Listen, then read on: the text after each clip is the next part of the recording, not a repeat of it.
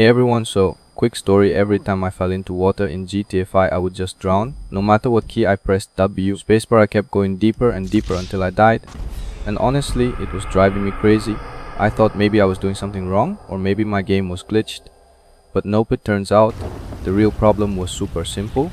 And I'm gonna tell you right now so you don't have to go through the same thing. So here's what's actually happening. In GTA 5, your swimming direction isn't just based on what key you press.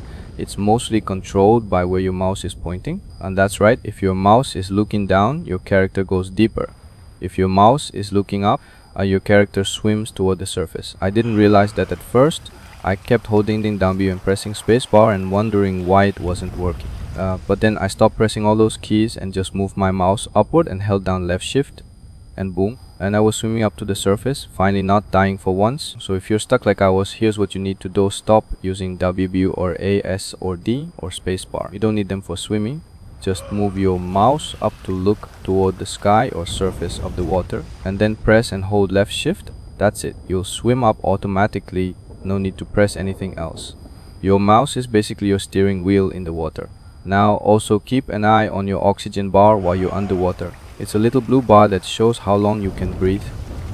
Once it runs out, you'll start losing health. So always try to swim up before it gets empty. And if you're near a boat or edge, just swim close and press the jump key to climb up. Anyway, I wanted to make this quick video because I know so many players struggle with this swimming thing, and it's such a simple fix once you understand the mouse controls. Hope this helped you out. If it did, hit that like button, maybe subscribe if you're into easy gaming tips, and I'll catch you in the next one.